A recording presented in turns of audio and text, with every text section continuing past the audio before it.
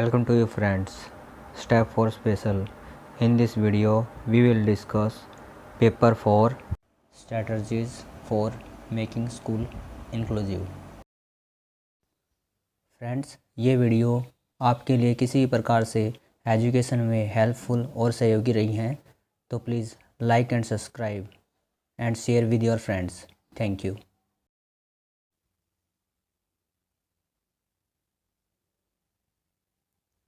आगे दिया गया unit 2.2 strategies for making school inclusive. अब यहाँ पर जानते हैं समावेशित शिक्षा ऐसी शिक्षा दर्शन पर आधारित है जिसमें सभी लर्नर्स को उनकी एज के अनुसार शैक्षिक आवश्यकता के अनुसार बिना किसी भेदभाव के समूह में शिक्षण करने की बात करता है. विद्यालय के सभी शिक्षक व अन्य स्टाफ एक टीम के रूप में रेगुलर करिकुलम को फ्लेक्सिबल मैनर्स में लागू किया जाता है. विद्यालय को इंक्लूसिव बनाने के लिए अलग अलग लोगों ने अलग अलग सुझाव दिए हैं. ये यहाँ पर बताया गया कि किस प्रकार से जो इंडिविजुअल और एक टीम वर्क है इफ़ेक्टिव हो सकता है इंक्लूसिव एजुकेशन के लिए. ये यहाँ पर बताया गया है.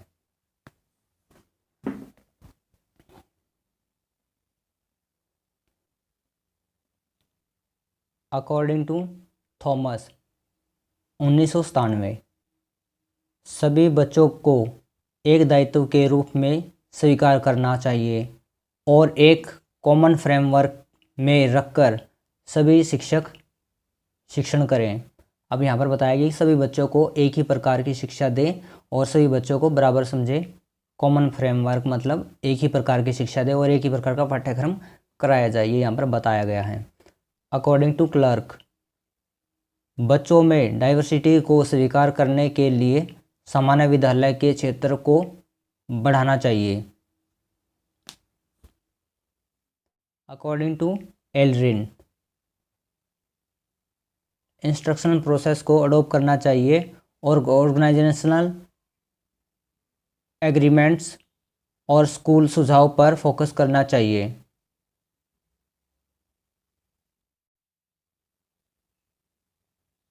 इसके अलावा विद्यालय को इंक्लूसिव बनाने के लिए समुदाय को सहभागिता लोगों में जागरूकता को बढ़ाना चाहिए. अब इसमें बताया गया कि समुदाय को और जो इन्वायरमेंट के कुछ लोग हैं जो कि स्कूल के और इंक्लूजन के लिए सहयोगी बन सकते हैं उनमें जागरूकता को बढ़ाना चाहिए. जैसे कि अभिभावक हैं, पेरेंट्स हैं, वो सभी इस अहम बिंदु हैं, उन सबको इसमें शामिल करना चाहिए.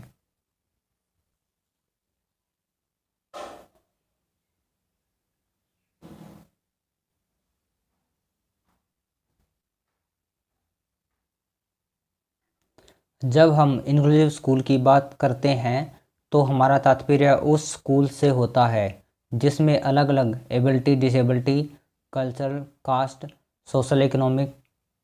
सोशियो इकोनॉमिक स्टेटस वाले बच्चों की उनकी शैक्षिक आवश्यकता के अनुसार शिक्षा देने की बात कही गई है. और यहाँ पर जब हम इंक्लूसिव की बात करते हैं तो वहाँ पर हर प्रकार के बच्चे की हम नीड को समझकर उसको शिक्षा देने के लिए तैयार करते हैं. इस प्रकार के इन्वायरमेंट को बनाने की बात कही गई है. विद्यालय को इंक्लूसिव बनाने के लिए जिस स्ट्रैटेजी का सबसे अधिक उपयोग किया जाता है उसे यूनिवर्सल डिज़ाइन ऑफ लर्निंग कहते हैं.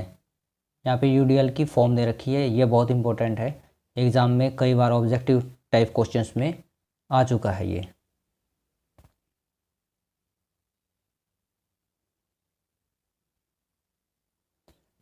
आगे जानते हैं यूडीएल है क्या. यूनिवर्सल डिज़ाइन ऑफ लर्निंग यह एक रिसर्च बेस्ड मेथड है जो कि विद्यालय भवन के साथ साथ करिकुलम को भी सभी के लिए उपयोगी बनाने हेतु जोर देता है. जैसे अगर कोई टीचर किसी लेसन के लिए प्लानिंग कर रहा है तो टीचिंग के दौरान वह मल्टीवे का प्रयोग करे. मल्टीवे मतलब दिया है मल्टी सेंसरी, जैसे विजुअल क्लू भी दे वहाँ पर, फ्लैश कार्ड या फिर ऑडियो विजुअल किसी न किसी रूप से उसको मल्टी सेंसरी बनाने का प्रयोग करें. उसके ऊपर बात कही गई है जिसमें सभी बच्चे लेसन में इन्वॉल्व हो सके. एक टीचर यूडीएल के द्वारा क्लासरूम को जैसे इंक्लूसिव बना सकता है। एक शिक्षक यूडीएल के द्वारा क्लासरूम को कैसे इंक्लूसिव बना सकता है, इसके उदाहरण आइए जानते हैं कैसे बना सकता है। फर्स्ट दिया गया है यूज विजुअल्स। अब इसमें दिया गया है फर्स्ट, उसको जानते हैं विजुअल्स में क्या बताया गया है।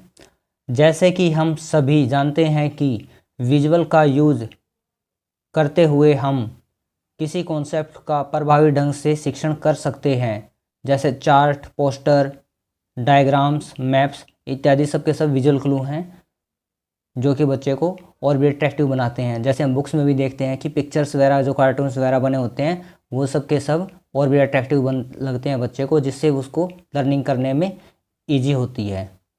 ये उसके लिए बहुत ही इफ़ेक्टिव होते हैं।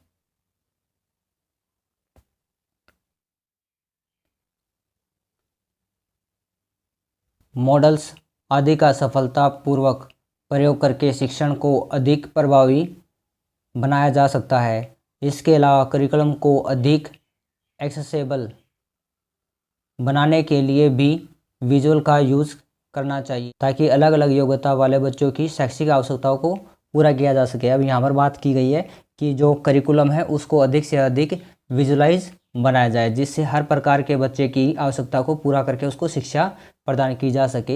ये यहाँ पर बात कही गई है। इसके अलावा क्लासरूम एक्टिविटीज़ को विजुअल के द्वारा स्मूथ बनाया जा सकता है, जैसे use clock and timer, name tag का प्रयोग करके, लेबल एंड सिंबल्स का प्रयोग करके व रिटर्न डायरेक्शन के बच्चों के लर्निंग पर सकारात्मक प्रभाव डाल सकते हैं। अब यहाँ पर विजुअलाइज करने की लिए ही बात कही गई है, उसी पर जोर दिया गया है। आइए आगे जानते हैं। Second, असेंस classroom jobs. एकेडमिक के साथ साथ समावेशी शिक्षा बच्चों के सोशल एंड इमोशनल डेवलपमेंट पर भी जोर देता है। चूँकि समावेशी शिक्षा में अलग अलग योग्यता वाले बच्चे होते हैं, इसलिए उनमें एक दूसरे की यूनिकनेस को एक्सेप्ट करने की भावना भी विकसित होती है, और इसके लिए बच्चों को व्यक्तिगत व सामूहिक रूप से क्लासरूम के कार्यक्रम की जिम्मेदारी सौंपी जाती है, जिससे वे अपनी लीडरशिप क्वालिटी और योग्यता को दिखा सकते हैं। और इसके अलावा बच्चों में यह भावना भी विकसित होती है कि वे भी क्लासरूम को महत्वपूर्ण हिस्सा हैं, और इसके द्वारा बच्चों में यह भावना भी विकसित की जाती है कि वे भी क्लासरूम के महत्वपूर्ण हिस्से हैं। अब यहाँ पर बताया गया है कि जो दिव्यांग बच्चे हैं उनको भी क्लासरूम का मॉनिटर और भी अदर्स जो अटेंडेंस वर्क है या फिर कोई भी अदर्स एक्टिविटी और किया जाए, जिससे एक नॉर्मल बच्चे और स्पेशल बच्चे मिलकर काम कर सके और एक दूसरे की जो यूनिकनेस है,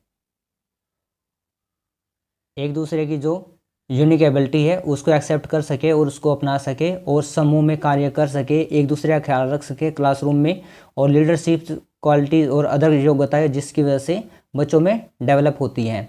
एक अच्छे बच्चे का विकास होता है इसमें, जो कि समाज का निर्माण करने में सहायक होती है। थर्ड पॉइंट दिया गया है provide choice. Universal design of learning के सिद्धांतों के अनुसार शिक्षक बच्चों को इस बात का पर्याप्त अवसर उपलब्ध कराता है कि वे अपने आप को स्वतंत्र रूप से एक्सप्रेस कर सके, अपने स्किल्स और टैलेंट को दिखा सके। शिक्षक द्वारा ऐसा करने से बच्चों में मोटिवेशन बढ़ता है। अब यहाँ पर बात की गई है कि बच्चों के अंदर जो उनकी छुपी हुई क्वालिटीज़ हैं, क्षमता है, उसको निखारा जा सके। इस बात पर जो यूनिवर्सल डिजाइन ऑफ लर्निंग है वो फोकस देता है, उस पर बल देता है, उसी पर यह आधारित है।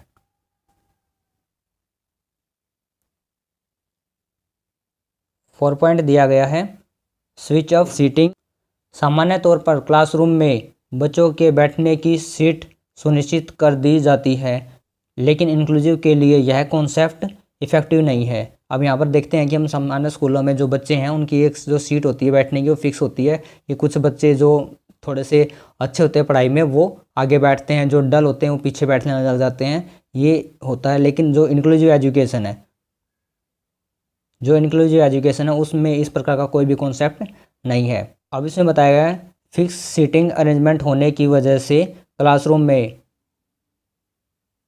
Cooperative learning, peer leadership, social emotional bonding limited हो जाती हैं और बच्चे सिर्फ अपने आसपास के बैठने वाले बच्चों के साथ ही इंटरेक्ट हो पाते हैं। इन सब समस्याओं को दूर करने के लिए विद्यालय में इंक्लूजन को बढ़ाने के लिए सीटिंग प्लान्स में रोटेशन करते रहना चाहिए। अब यहाँ पर बताया गया है कि जो नॉर्मल बच्चे हैं वो सिर्फ अपनी कम्युनिटी में इन्वॉल्व हो जाते हैं, जो नॉर्मल बच्चे हैं वो अपनी कम्युनिटी में इन्वॉल्व हो जाते हैं, वो स्पेशल बच्चों को एक्सेप्ट नहीं करते, और जो स्पेशल बच्चे हैं वो भी नॉर्मल बच्चों के साथ इंटरेक्ट नहीं कर पाते। तो इस प्रकार की जो हम समस्या देखते हैं उसको दूर करने के लिए बच्चों की जो सीट है उसको रैंडमली रखा जाता है ताकि जगह बदलती रहे, तो हर एक बच्चा हर एक बच्चे के इंटरेक्शन में आ सके, ये यहाँ पर बताया गया है।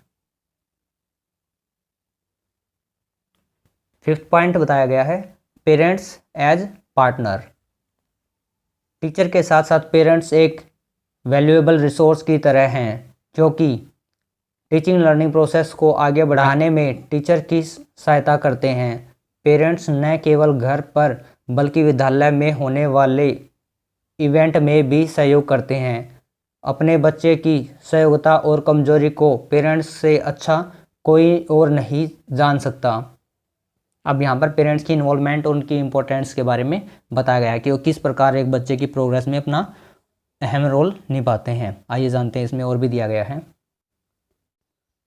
फ्रेंड्स, ये वीडियो आपके लिए किसी प्रकार से एजुकेशन में हेल्पफुल और सहयोगी रही हैं तो please like and subscribe and share with your friends. Thank you. Parents के इस अनुभव को शिक्षण में प्रयोग करते हुए क्लासरूम में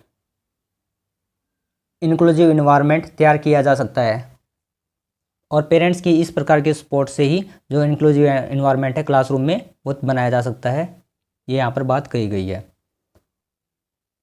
6 पॉइंट बताया गया है यहाँ पर नॉन डिस्क्रिमिनेशन पॉलिसी। आइए इसमें जानते हैं।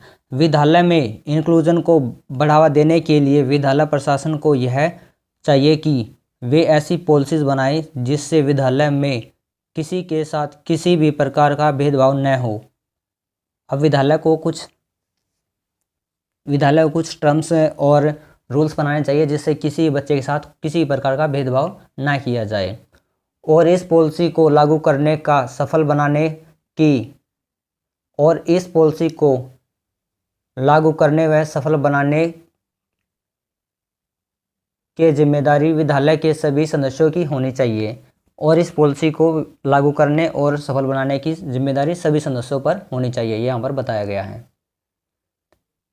जबकि हम विद्यालय को इंक्लूसिव बनाने की बात करते हैं तो विद्यालय पूरी तरह से बैरियर फ्री होना चाहिए। विद्यालय में यूनिवर्सल डिजाइन ऑफ लर्निंग लागू होना चाहिए। सभी बच्चों की शैक्षिक आवश्यकताओं को पूरा करने के लिए यूनिवर्सल करिकुलम को फॉलो करना चाहिए। अब यहाँ पर बच्चे के लिए जो भी स्टेप्स हैं उनके लिए बात कही गई है कि विद्यालय को बैरियर फ्री होना चाहिए, वहाँ पर जो यूनिवर्सल करिकुलम है उसको अप्लाई करना चाहिए, और उसी के आधार पर बच्चे की सब नीड्स को कंप्लीट करना चाहिए, ताकि एक इंक्लूसिव एजुकेशन है और इंक्लूसिव विद्यालय है उसका अच्छे से गठन हो सके और वो अपने उद्देश्यों को पूरा कर सके, ताकि एक जो दिव्यांग बालक है वो भी समाज की मुख्य धारा के साथ जुड़कर अपना विकास कर सके और राष्ट्र के निर्माण में सहयोग दे सके, ये यहाँ पर बात कही गई है।